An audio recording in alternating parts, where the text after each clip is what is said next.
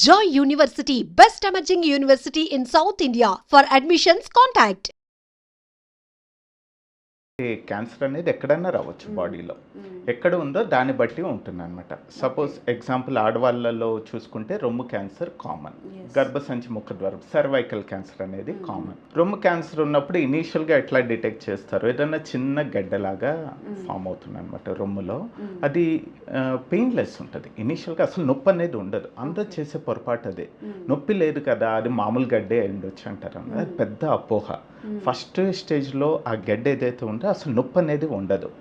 అట్లాగే cervical cancer చూసుకుంటే first symptom ఏంటంటే పోస్ట్ కాయిటల్ బ్లీడింగ్ అంటారు. అంటే భార్యాభర్త కలిసినప్పుడు కొంచెం బ్లీడింగ్ కనిపించడము, అది చాలామంది నెగ్లెక్ట్ చేస్తారనమాట.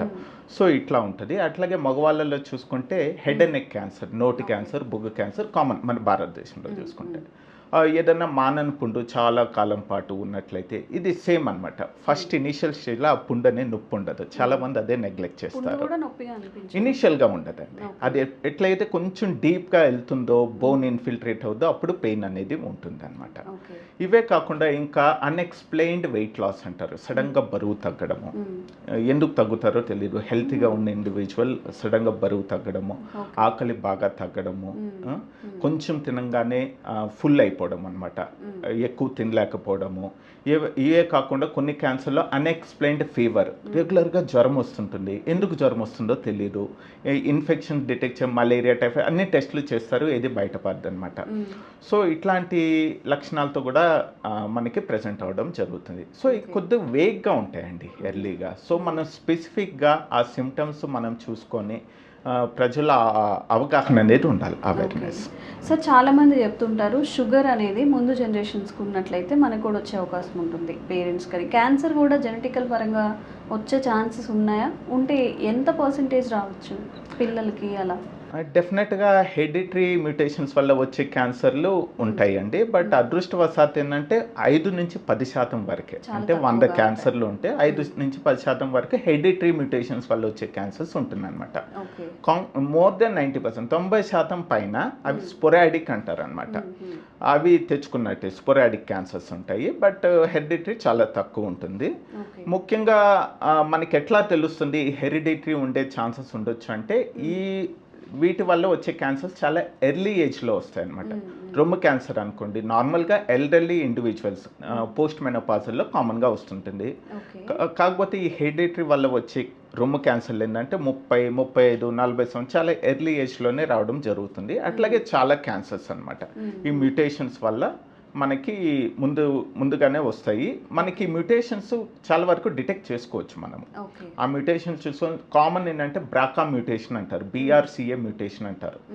ఎవరైతే ఈ యంగ్ ఏజ్లో క్యాన్సర్ వచ్చి, లేదంటే చాలా ఫ్యామిలీ హిస్టరీ మదర్కి ఉంటుంది, ఫస్ట్ డిగ్రీ రిలేటివ్స్ ఉంటుంది అనుకుని వాళ్ళకి టెస్ట్ అనేది చేస్తాం. సింపుల్ బ్లడ్ టెస్ట్లో కూడా చేయవచ్చు. అది ఆ మ్యూటేషన్ కానీ పాజిటివ్ ఉన్నట్లయితే వాళ్ళ ఫ్యామిలీ మెంబర్స్ కొంచెం జాగ్రత్తగా ఉండాలండి. ఎందుకంటే ఆ మ్యూటేషన్ వాళ్ళల్లో కూడా ఉన్నట్లయితే ఈ రొమ్ము క్యాన్సరే కాదు, అండాశయం, ఇది ఓవేరియన్ క్యాన్సర్, అవి కూడా రావడానికి ఛాన్సెస్ ఉంటుంది.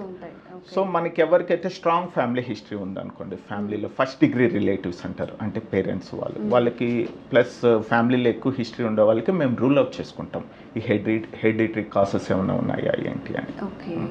సో మన హ్యాబిట్స్ వల్ల వచ్చే అవకాశం ఉంటుందా? ఏదైనా మనం చేసే మిస్టేక్స్ మన లైఫ్ స్టైల్లో వాటి వల్ల ఏమైనా క్యాన్సర్ వచ్చే అవకాశం ఉంటుందా? ఎస్ అండి, డెఫినెట్గా. మోస్ట్ కామన్ కాజ్ వచ్చి టొబాకో అండి. Tobacco, smoking, consumption. మీకు సింపుల్ ఎగ్జాంపుల్ చెప్తానండి. మన ఇండియాలో 16-18 లక్షల కేసులు డయాగ్నోస్ అవుతాయి ఆన్ అన్ యావరేజ్ ప్రతి సంవత్సరం. 16-18 లక్షలు. అందులో 3వ వంతు ఈ టొబాకో రిలేటెడ్ ఉంటుంది. అంటే మగవాళ్ళలో చూసుకుంటే 40% క్యాన్సర్ టొబాకో రిలేటెడ్.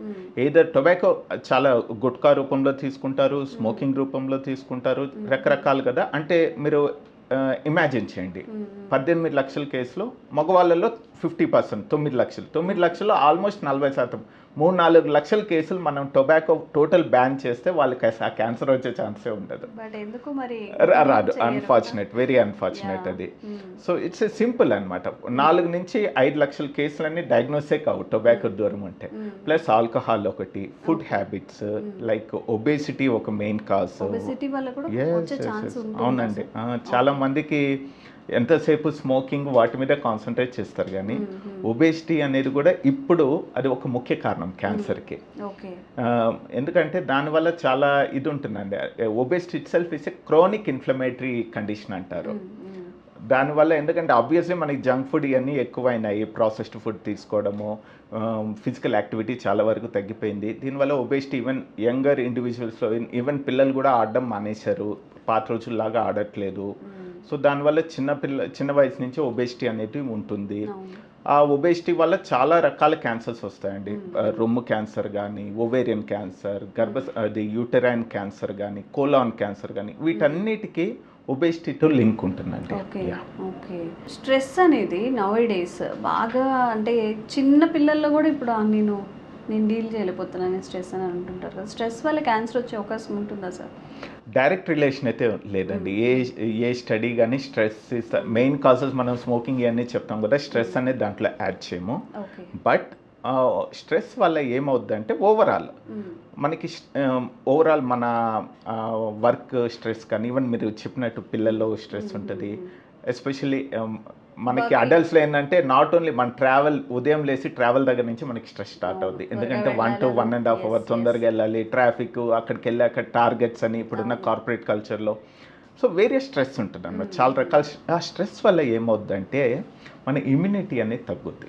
ఎందుకంటే ఈ స్ట్రెస్ ఎప్పుడైతే పెరుగుద్దో కొన్ని హార్మోన్స్ ఉంటాయి అన్నమాట, కార్టిసోల్ అని, స్టీరాయిడ్స్ అంటారు కదా, మన బాడీలో ఆ లెవెల్స్ అనేవి పెరగడం జరుగుతుంది. అవి ఎప్పుడైతే పెరుగుతుందో మన ఇమ్యూనిటీ తగ్గుద్ది అనమాట. నాట్ ఓన్లీ క్యాన్సర్ కాదు, వాళ్ళు more prone to develop infections. ఎప్పుడైతే మనకి ఇమ్యూనిటీ తగ్గుద్దో ఇన్ఫెక్షన్స్ వస్తుంది, క్యాన్సర్ కూడా రావడానికి వన్ ఆఫ్ అంటే డైరెక్ట్ రీజన్ అయితే కాదు, ఎక్కడైతే ప్రూవ్ కాలేదు, but it's a risk factor, one of the. ఎప్పుడైతే, ఎందుకంటే మన ఇమ్యూనిటీ అనేది బాగుండాలండి. ఎందుకంటే చాలా ఈ క్యాన్సర్ అనేది డెఫినెట్గా ఈ డిఎన్ఏ డ్యామేజ్ వల్ల జరుగుతుంది, జెనెటిక్ మ్యూటేషన్ అంటారు. మన బాడీలో ప్రతి ఒక్క ఇండివిజువల్లో, మీలలో కానీ నాలో కానీ రోజుకి ఎన్నో మ్యూటేషన్ జరుగుతుంటాయి, మనకి తెలియదు. కానీ అది క్యాన్సర్గా మారకుండా మన ఇమ్యూన్ మెకానిజం దాన్ని టేక్ కేర్ చేస్తుంది అనమాట. ఎక్కడైతే ఆ డిఎన్ఏ డ్యామేజ్ ఉన్న కణాలు ఉంటాయో వాటిని పట్టుకొని నాశనం చేస్తుంది, ఆ క్యాన్సర్ స్టేజ్కి వెళ్దు. ఎప్పుడైతే ఈ వేరియస్ ఇండైరెక్ట్ ఫ్యాక్టర్స్ వల్ల ఇమ్యూనిటీ తగ్గుద్దో ఆబ్వియస్లీ ఆ మెకానిజం అనేది వాళ్ళ రిస్క్ అనేది ఎక్కువ ఉంటుంది. ఓకే సార్, ఇప్పుడు అందరికీ అవేర్నెస్ వస్తుంది. స్క్రీనింగ్ టెస్ట్లు అనేవి ఎన్ని మంత్స్కి ఒకసారి చేయించుకోవాలి? ఏమేమి స్క్రీనింగ్ టెస్ట్లు ఉంటాయి?